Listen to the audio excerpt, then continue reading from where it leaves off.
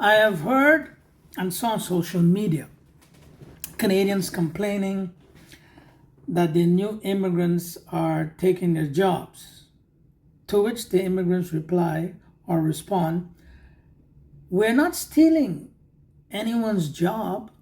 The Canadians just don't want to work." Did the Canadian government play a big part in this? Yes. Even though the Canadian government was aware of this, they did their own study. Part of the government, I guess, is SAMHSA. They were aware that by legalizing marijuana, they were given access to the masses and to those who would not normally use marijuana. It's now readily available in most places. Most places I pass by, I see cannabis selling. Reducing black market sales of marijuana was their excuse. They don't admit that generating tax revenue was their main goal and purpose.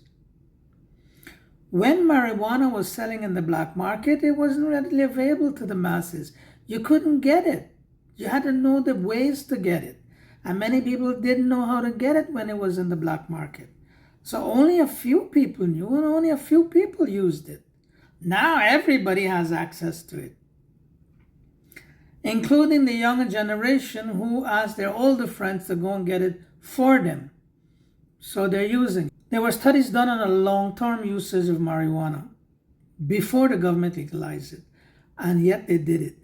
The studies showed the negative impact on brain in young adults, affecting their memory, attention, and decision making. Basically, and which is important, is that marijuana makes the brain lazy.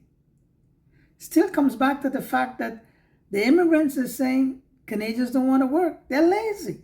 Hey, more so now since the government legalized marijuana. Well, let me go on. Let me make a disclaimer before I continue here. I'm not an expert or a professional in this area. I can only state what I read, heard, and have experienced. Basically what I know. I did look at many studies and taken some notes in it. And some of them show IQ loss as much as up to about 8 points. Mental health, developing schizophrenia and other psychosis, increased risk of depression and anxiety disorders. Cognitive functions, long-term effects can include harm to memory, concentration, intelligence, and the ability to think and make decisions.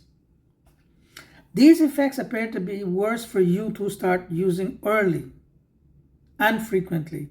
There's also the same thing that you get when you smoke cigarettes: bronchitis, lung infection, chronic cough, increase of cardiovascular effects, increased heart rate, blood pressure going up, linked to stroke and heart attack, gastrointestinal problems, potential risks of cancer in certain areas like the head, the neck,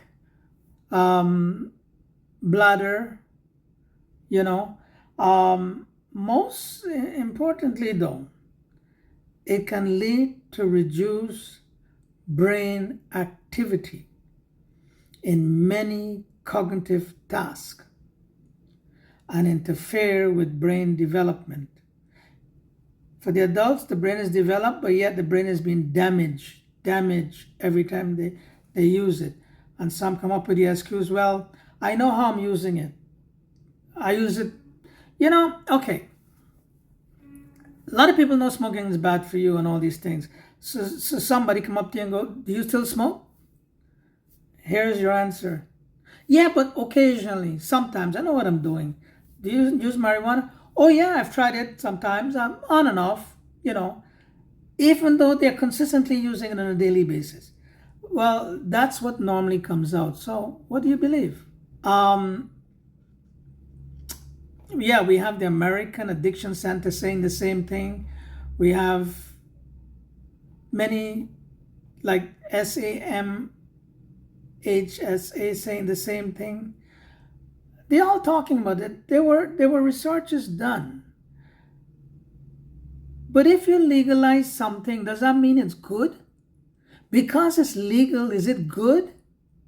Because it's legal, is it safe? No. Not everything that's legal is safe and good.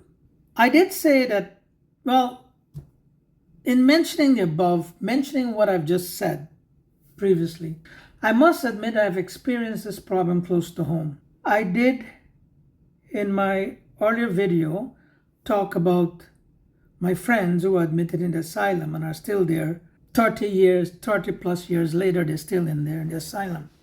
And this is from just using marijuana. I know that for a fact. My son, when he was younger, started using marijuana. He's now in his 30s. Because it was cool back then to do that. His friends were using it. And why not? He did it too.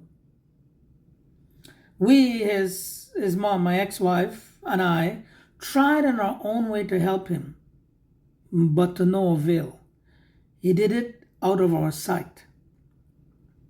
He made promises to quit, promises he never kept. He lied to us on many occasions that he's not using, but he was using. We noticed a decline in his academics, his grade, and etc. We saw many signs of what I mentioned earlier, but we were young parents and didn't know much.